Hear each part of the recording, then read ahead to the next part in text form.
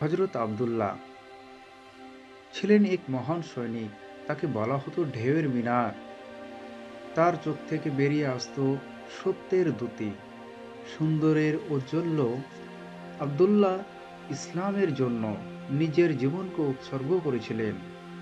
উৎসর্গ করেছিলেন আল্লাহ এবং রাসূল সাল্লাল্লাহু আলাইহি সাল্লামের মহব্বতে।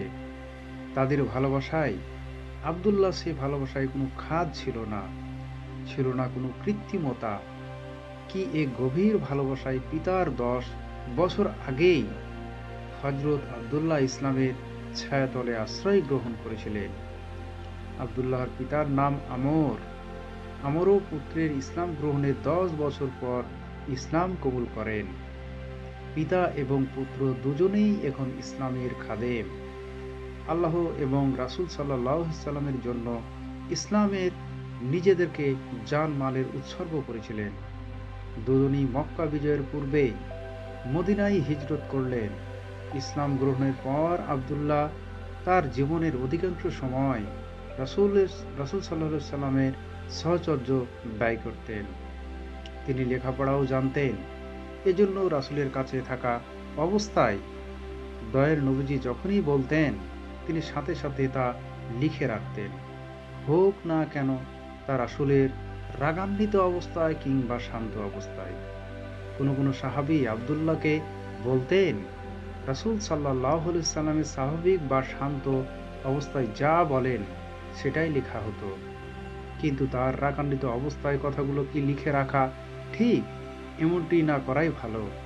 বিষয়টি রাসূল সাল্লাল্লাহু আলাইহি সাল্লাম জানার পর তিনি বললেন, কেন লিখবে না? অবশ্যই লিখবে। আমার সকল কথাই তুমি হুবহু লিখতে পারো।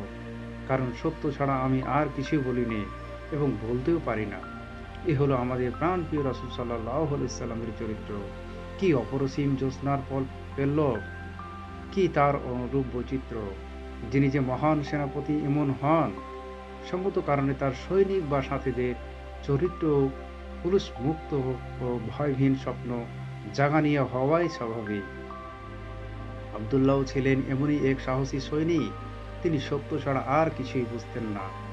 আব্দুল্লাহ রাসূল সাল্লাল্লাহু আলাইহি সাল্লামের সান্নিধ্যে এমনভাবে ছিলেন যেন মৌচাকে বসে থাকে এমন মৌমাছি। দয়ার নবীজিও সাল্লাল্লাহু আলাইহি সাল্লাম আব্দুল্লাহকে প্রাণ দিয়ে ভালোবাসতেন, তাকে গুরুত্বও দিতেন এবং সম্মানও করতেন।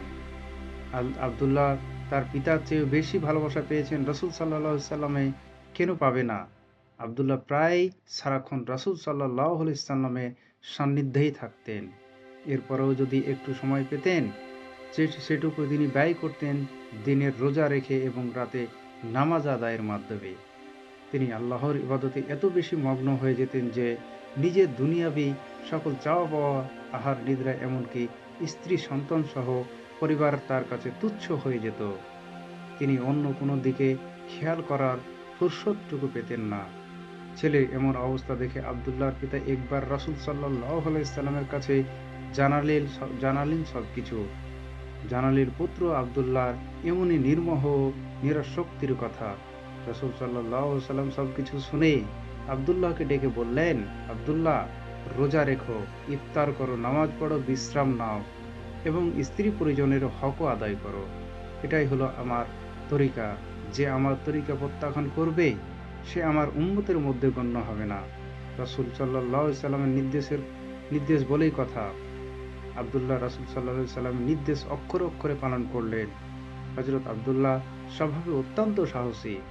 রাসূলের যুগে যতগুলো যুদ্ধ সংঘটিত হয়েছিল প্রত্যেকটিতে তিনি অংশগ্রহণ করেছিলেন।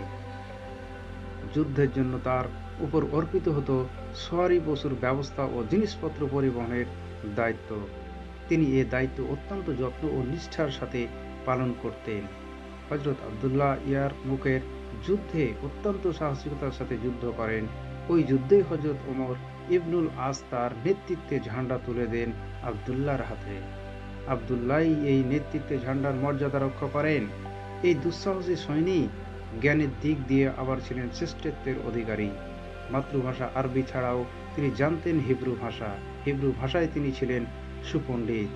জিহাদের ময়দানে সকল সময় আব্দুল্লাহকে প্রথম সারিতে দেখা যেত।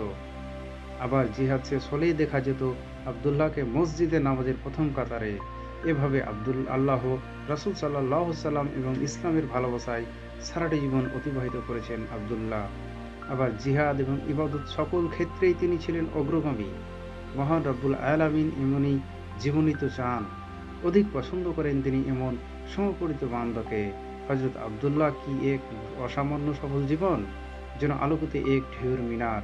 সম্মানিত দিনী ভাই ও বোনেরা, এই ছিল আবদুল্লাহর জীবন কাহিনী এবং এজন্যই তাকে ঢেউর মিনার বলা হতো। আজকে আমাদের এই টপিকই ছিল ঢেউর মিনারটা আসলে কি এবং কাকে বলা হতো। পরবর্তীতে আরও একটি টপিক নিয়ে আপনাদের সাথে কথা হবে, সে প্রত্যাশায় ভালো থাকবেন। আর যাওয়ার পূর্বে আপনাদের বলবো, আপনি যদি আমার এই চ্যানেলে নতুন হয়ে থাকেন তাহলে অবশ্যই চ্যানেলটিকে সাবস্ক্রাইব করে পরবর্তী ভিডিও দেখার আমন্ত্রণ রইল। আল্লাহ হাফেজ।